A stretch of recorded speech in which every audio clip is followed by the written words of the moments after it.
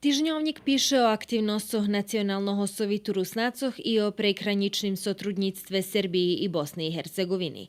Našo mesta informuju o pririhtovanju Đurđovske, Šitske i Kocurske parohiji za Veljku noc, a ekonomija o počatku poljoprivrednih robotoh u Kocurskim Hotare i o otrimanim sajme za obezpečovanje roboti u Kuli. Na duhovnim živoce zaznačene jak preslavena Veljka noc u ruskim Keresture, ali i kvitna njedzelja u parohijoh toriše rovnaju po julijanskim kalendare. Kultura i prosvita dava zvid zos opštinski smotri recitatorov u Šidze i o novim pripoznanju htore dostala profesorka matematiki Natalija Budinski zos Keresturske školi, a rozpatrena i tema hto može dostat stipendiju Nacionalnog sovitu Rusnacoh. Mozaik predstavlja Jovana Živkovića z Kerestura i informuje o preslavi 6. rodzenoho dnja organizaciji Drop Senseji.